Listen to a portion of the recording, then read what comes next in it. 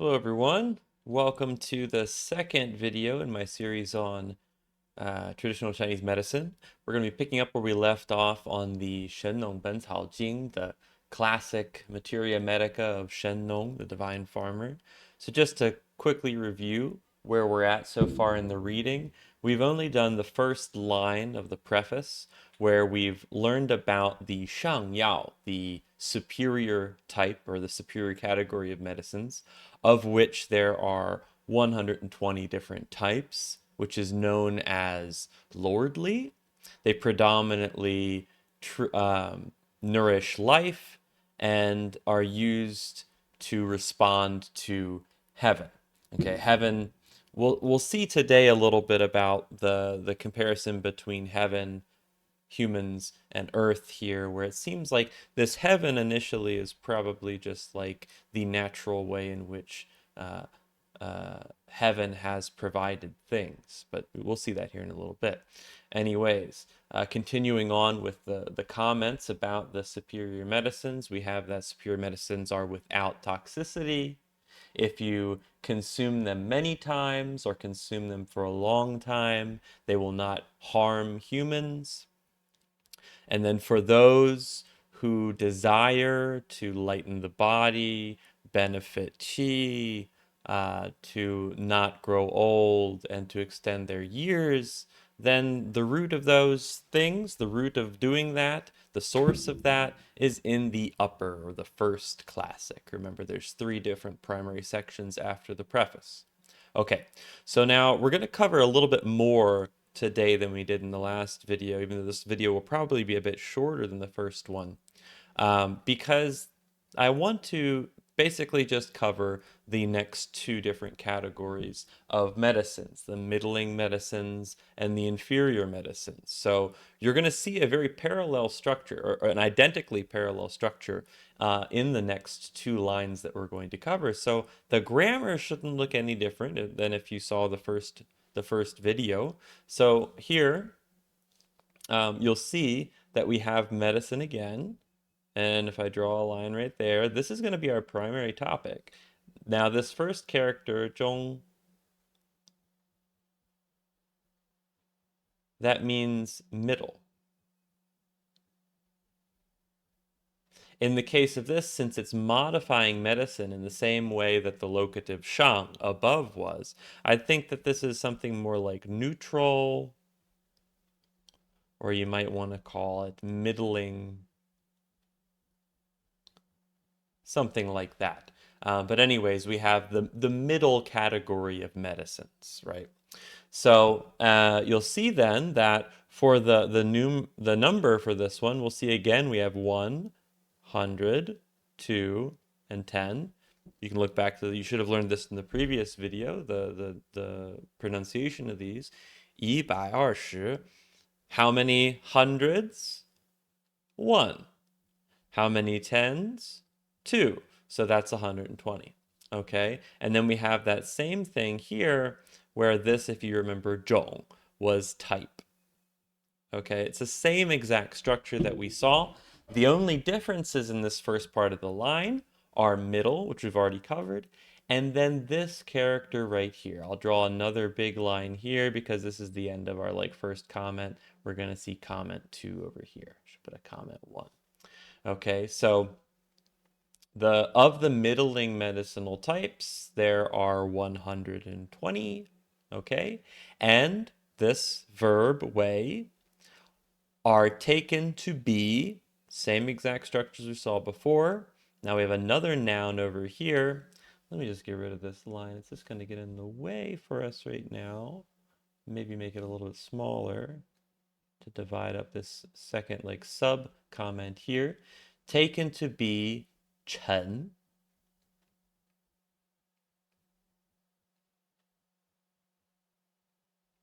which is something like minister or subject, sometimes servant. But anyways, what this is set up against, if you remember, was jun,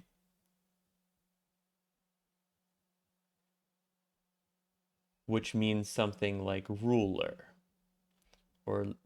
or potentially master, but generally ruler is more commonly used.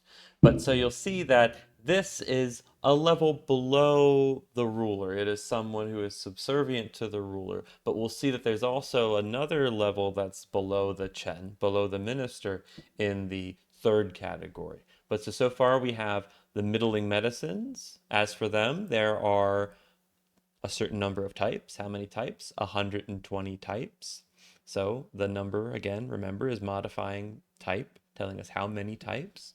They are taken to be ministers. Okay, we still don't really know what that means. The text hasn't told us. Maybe it will, maybe it won't. Sometimes we're lucky enough for it to do that. Other times we're just left kind of in the dark. Okay, but anyways, for the second comment, the topic is still going back all the way over here to the type of medicine that we're talking about, which is the middling or neutral medicines. And then we have the same type of structure. We've already seen 主.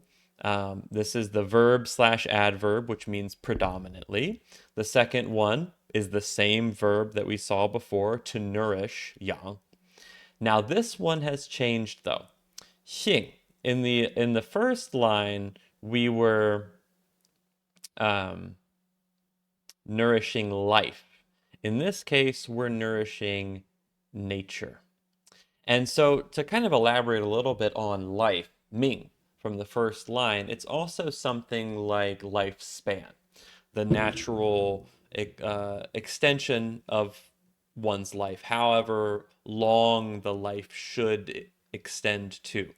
It's kind of complicated a way of putting it, but it's an abstract way of thinking about the life that has been given to you. Okay, so that kind of makes sense in how it would be used to respond to heaven, because heaven is the one that gives you life, right? Now, in this case, nature is the way that you are, which you can actually interact with in a certain way by self-cultivation. A lot of Taoist self-cultivation aspects, and even Confucian self-cultivation, all comes back to developing one's nature. And you'll see that, so if you follow some of my other videos, I'll get more in depth into how nature, Xing, is talked about, specifically in my series on Confucian texts. But suffice to say, here we can leave it at something like human nature, the nature of a person, potentially the way that someone acts. Right. But then we have the same verb that we saw in the first line, yi, to use. To use something, to do something. Just to remind you of the structure, we have to use, yi, something, noun one, to do, some verb, potentially an object, noun two. So to use something, to do something. In this case, we have the same second verb here, ing, to respond to. And so you'll notice that there's no actual noun here. And the way that we resolved that before was to take our topic and put it in there.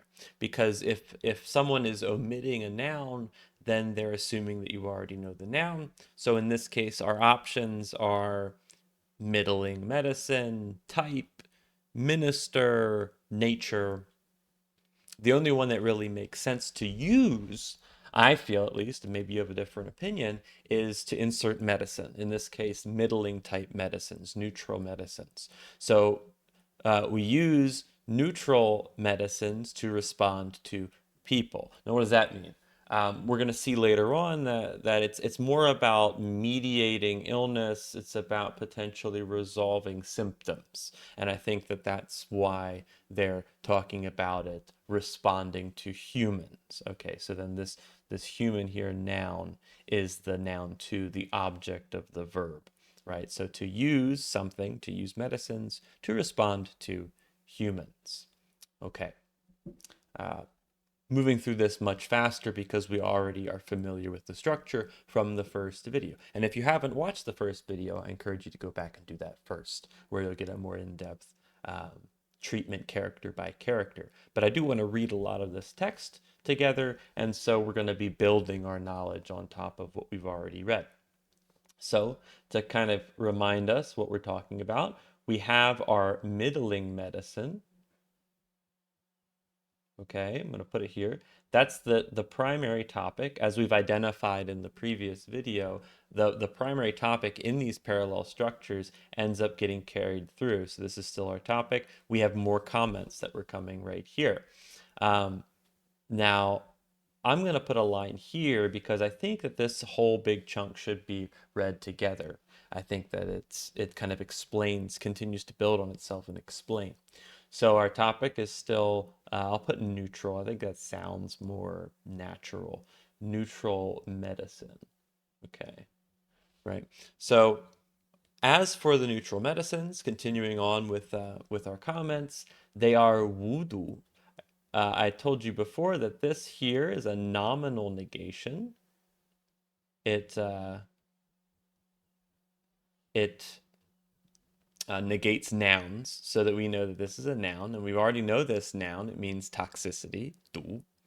Now here, if you remember, I told you also that um, the nominal negation wu is also kind of like the opposite of another word, yo.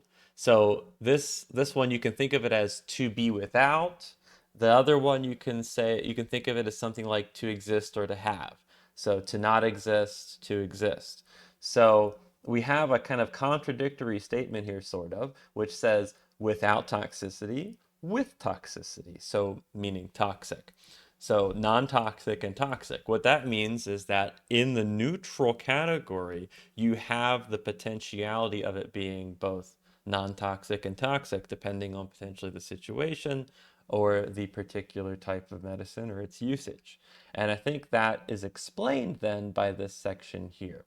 So we have two new characters. We have this one here and this one here. This one is Jen, and this one is Zhuo. And both of these mean something like to stew, which is kind of interesting. Because this actually ends up being by extension kind of like the word to ruminate in English, and even to stew over that could work too. But if you think about the idea of to ruminate, what does ruminate mean? It literally means to chew. It's what animals do on their food and their spit to process it before they swallow it. And then by extension, to ruminate has also come to mean to think. And that's what this is actually. To stew means the combination of these, both of these, end up coming by extension to mean to deliberate or to think about. Okay, so to think about. Okay, so what we get from that then is over here, E, uh, E is, so this is the fourth character. It's kind of like, you can think of it as benefit or appropriateness.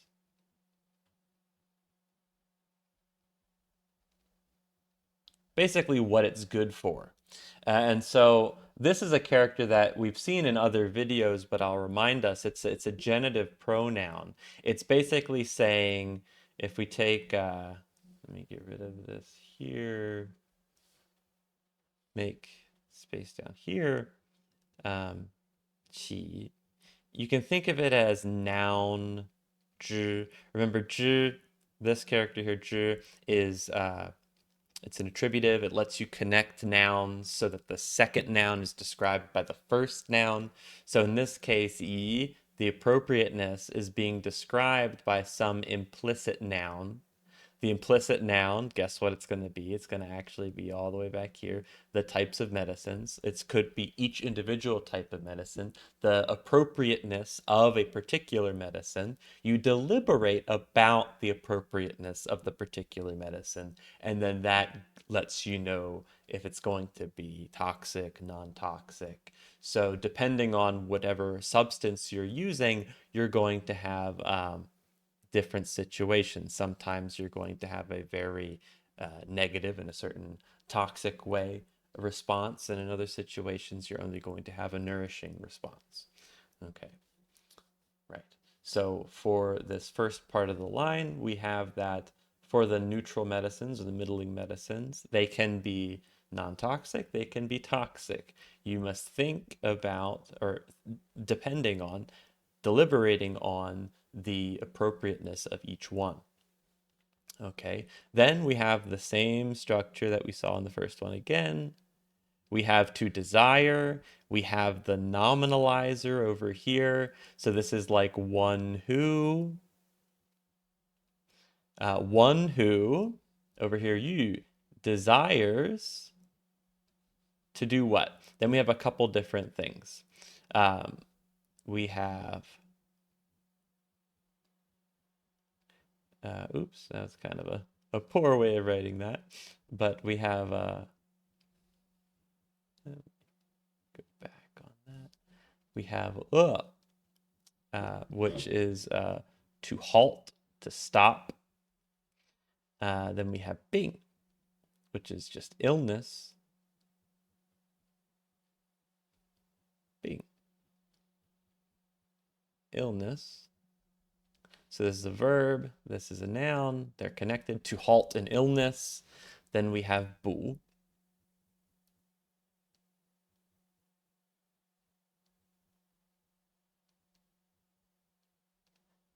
To supplement. It's a verb. To supplement.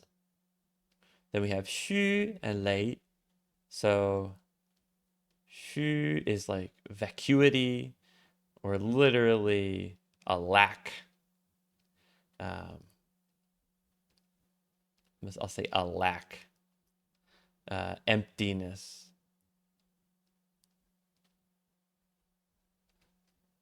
Okay. Then we have lei.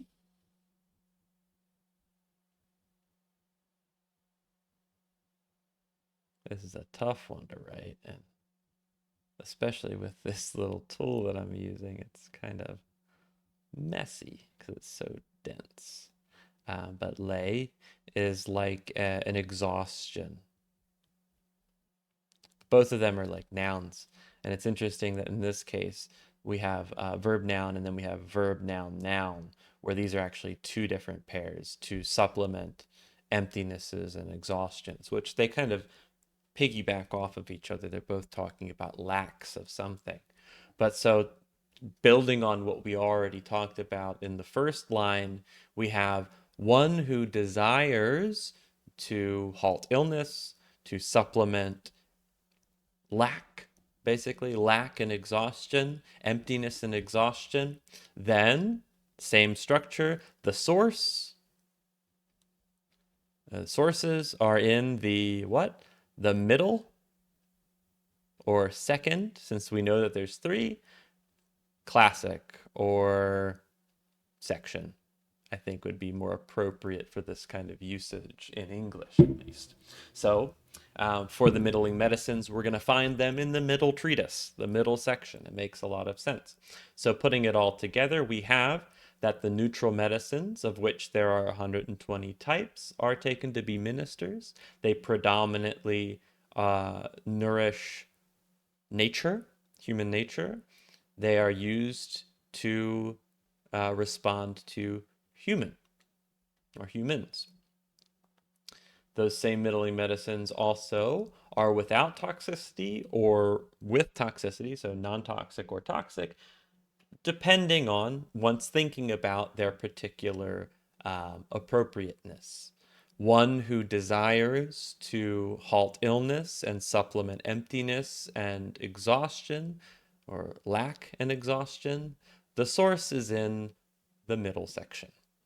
Okay, good. So I do want to finish off the third line in this video as well, because they're all parallel and I feel like we can walk through it pretty quickly. I just need to give you some vocab and you'll be able to get it yourself. So we have xia. That, guess what it is? What type of medicine are we talking about now? Inferior or below, literally.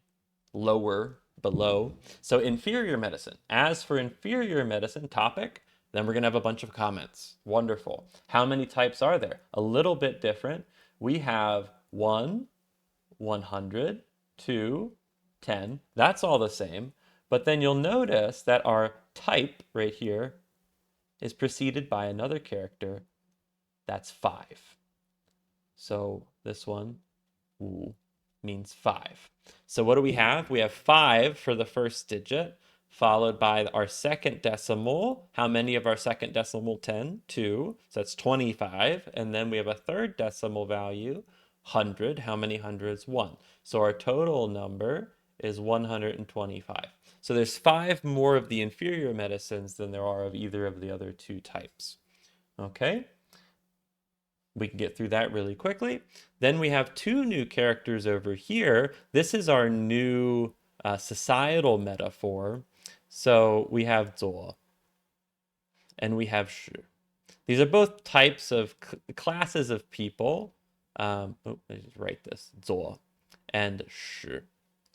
You can think of these as like assistant, deputy. There are a variety of different English words that would work, but it's better to just understand the concept, which the concept is they're one step below the minister. So you have the ruler, the minister, and then the people who help the minister, right? That's who these people would be. And it's interesting to note that they put 2 different terms here, which is not entirely parallel, because we saw that there was only Jun, there was only Chen, there was only ruler and minister. Here we have 2 different words. It's not entirely problematic. It's just interesting that they have that. So the inferior medicines, there are 125 types. They are taken to be assistants and deputies. They are 1 below the Chen, 1 below the middling ones, and 2 below the Jun or ruler, the superior ones. Then we have our predominantly. So what predominantly? The inferior medicines. This is a continuing comment. We have another comment here about the first topic. We already know this one is illness, bing. We saw that in the previous line. Here we have to use, that same structure of to use something, to do something else. We have the same verb here, which is to respond to. So we have 2 new words. We have 治, to treat. And we have di, earth. Remember I told you there was a collection of there's a collection of heaven, human, and earth. Well, now we have our earth, di. Oh, I forgot to, let me correct my mistake up here very quickly. I do want to give you the pronunciation in pinyin, which is 治, to treat. And then we have D, which is earth. Now, I guess I should put a capital earth, because it is the capital earth complementary to the capital heaven. Okay? But so this is a verb and this is a noun.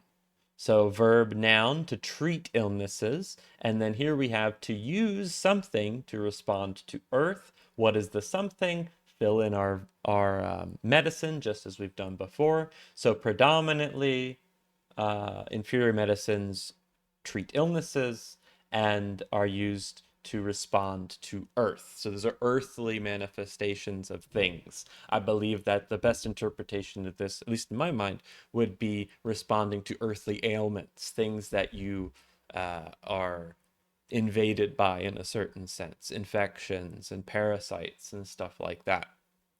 Okay, so continuing on to finish off our first 3 lines, we continue with our carrying over of our topic, the inferior medicines topic, and a bunch of comments. We have duo, which we already know what that is. It's a stative verb. This one is our noun, which means toxic. Our stative verb means many. When you put the stative verb in front of the noun, we end up describing the noun. So it is very toxic. Okay, so the lower medicines, the inferior medicines, are very toxic. And then here, I think, is the best place to put our line to divide up ideas, because this is telling us about them being very toxic.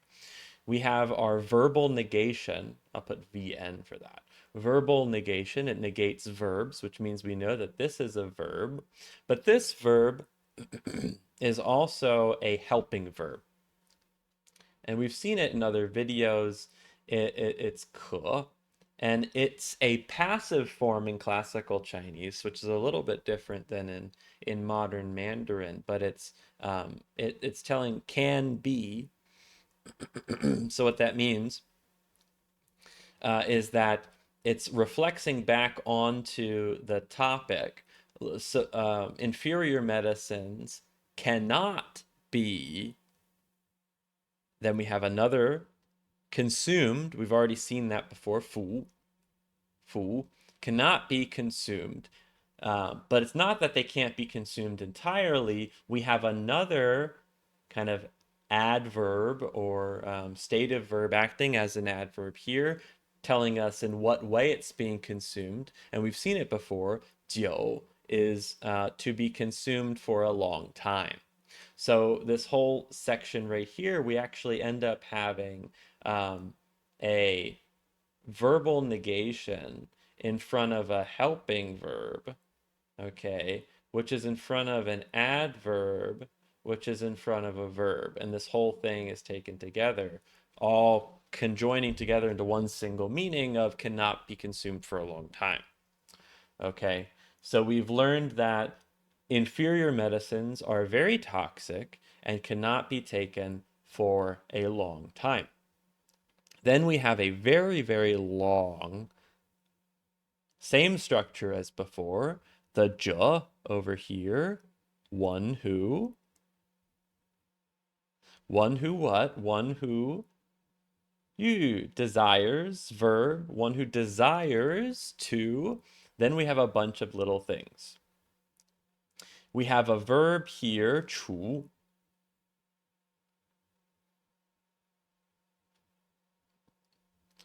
to eliminate, to get rid of. Then we have a bunch of nouns, sort of here. This is an adverb. I'll call it a verb, but we'll make sense of it here.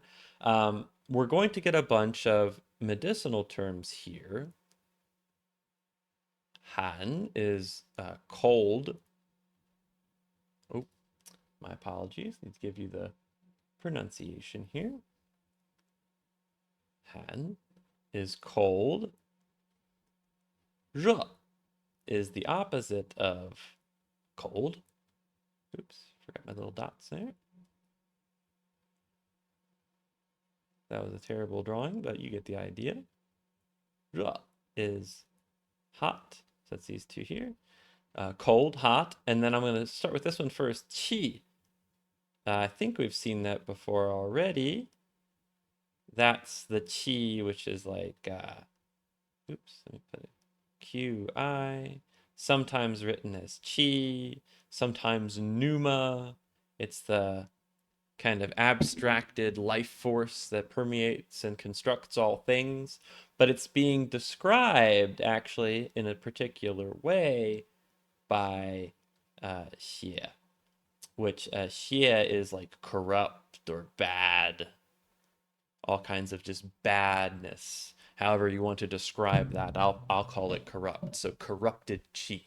So one who desires to eliminate cold, hot, and corrupted qi. So cold and hot are two things that are going to come up again and again as we go through our discussion of Chinese medicine, because usually ailments are thought of as being manifestations of too much hot, too much cold, and we end up trying to want to balance those things. You balance hot with cold, you balance cold with hot, things like that. But what this is telling you is if we already have too much cold, we already have too much hot, we already have corrupted qi, then we can use our xia yao are inferior medicine to deal with that. Okay, but that's just one thing. We also have two other things here. We have another verb with two nouns here and a verb with a noun over here. We have po, which means to break. To break. Then we have ji. These two characters actually in modern Mandarin basically mean the same thing. They have a little bit of a different meaning. So this is ji and ju. They have a little bit of a different meaning in traditional Chinese medicine. Like there's specific things that are referred to by one or the other, but they both mean collections. The piling up of.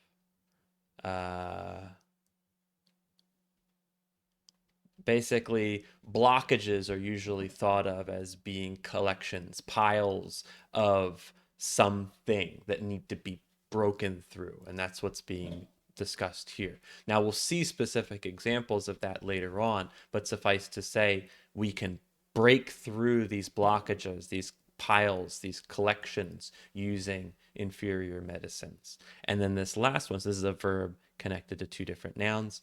Then we have this last one,